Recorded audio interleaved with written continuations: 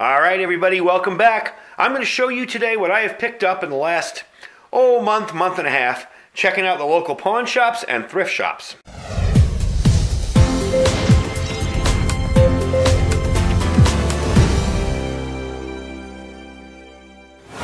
Alright, real quick video for you today. This is kind of a compilation of the last maybe 2 months of stuff that I found. And I have not been hitting it really hard in the pawn shops and the thrift shops. I've just been kind of every once in a while I'll casually go into one. We happen to live in a town that has a bunch of them here in Pahrump.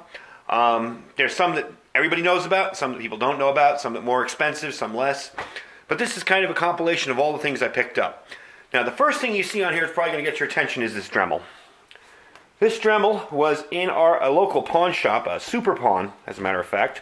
I almost never go into Super Pawn. Usually the stuff's overpriced and everything. Well, I don't know what happened within the last couple of years since I've been in there, but their stuff was way marked down. It was way cheaper than it was before. This was 15 bucks, and it came with the extension so you can do engraving. It also came with the engraving bits, all the different little bits. There's bigger, smaller ones, whatever. This makes, I've had this for about 2 or 3 weeks now. This makes doing little fine work really, really easy. And I actually made a piece of wood with a screw in it. I stick it in my vise. I hang it up because the only thing that was missing from it was the actual piece of metal that goes across it to hang it. So I just put a zip tie through there where there's no fan or anything or engine. And I hang it up. It works great. I checked the brushes on it. This thing is basically brand new. It also came with the old collet for the old, if you want to use it as a traditional Dremel. You just hold that, turn this, and it comes off. I pulled all this out and oiled it up, greased it up. Everything looked fine. So for 15 bucks, I probably ended up with, I don't know, maybe about 70 bucks worth of Dremel. So, you know, with the bits and everything, that's not bad. Next up, this guy here, most of you new to prepping might know this. It's one of those little sterno stoves. It looks like it was used for sterno maybe once or twice. I can see a little singeing around here. But other than that, absolutely no damage to it. And you know how these work. You can just fold them together. Of course, I'm on camera now, so I'll screw it up. Yeah, no, actually, that went pretty easily. Just fold them together, stick a can of sterno in there, and cook away. However, these also will work for wood if you want to use wood in them. Or stick, it makes a good stick stove. They'll work for alcohol burners. Just got a little spot right there. This was $1.50. Can't beat that. They're like $7, $8 in the stores. And the one that I have is made of aluminum and falling apart. So I figured, something neat to toss in the preparedness bundle. These were 50 cents. They were in a little black container, which I can't find, a little black pouch. I'm thinking these are going to be awesome for fire starting. Little magnifying glasses. 50 cents for 2 of those and a little pouch. This guy here. This is a little light. A little cob LED. It has a high and a low. It's got a little magnet in the back there. I don't know if you can see it. Underneath here there's a little magnet. So it will stick. It's not super bright, but it makes a great utility light for in here. So when I'm just, I need a flashlight, I drop something on the floor, I can just grab it and use it. This guy here. This is made by Liberty water bottles. The Rogue on it, I looked it up, is actually a CrossFit gym somewhere. I forget where. Somewhere in the country. And Liberty Bottle Works made their bottle. This thing is friggin' awesome. Let me tell you, this bottle itself. It's got that textured kind of wrinkle paint on it. It definitely holds things cold. I took this out of the fridge about 15-20 minutes ago. It's still ice cold, The only complaint I have with this is the top here. It's an unusual locking system. You see these little lugs on it? They have to line up with this, so you kind of feel your way around there, fit them in, and then it snaps.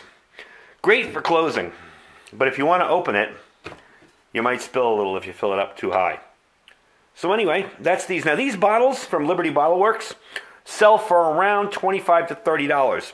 For $1, actually 99 cents, I think I did pretty good. And this was in Goodwill. Whoops. Losing my top. Now the last one. probably the most controversial. We have a store here that has, oh God, I don't know, they buy storage lockers, and they must have bought a storage locker packed with these things.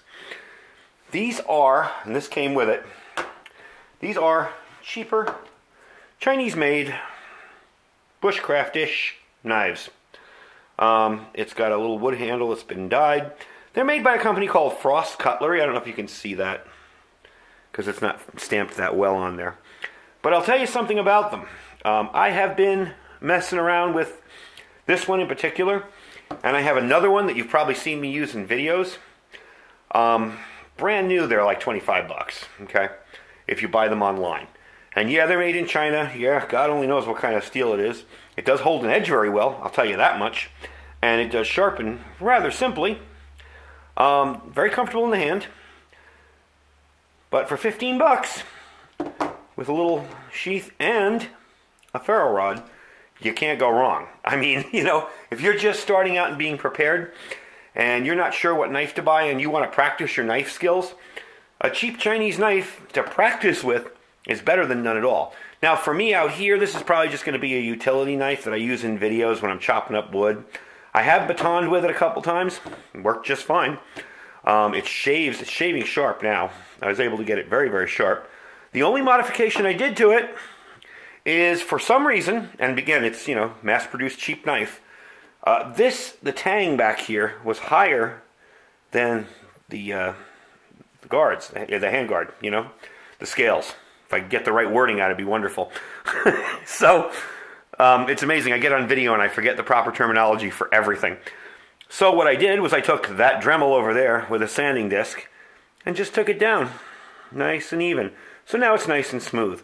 The jimping was also really, really sharp and aggressive. So I did that too. And it strikes a ferro rod great. No problem with that. Make lots of nice sparks. So it's a decent deal. Would I take it out as my only survival knife? Heck no. I got real knives for that.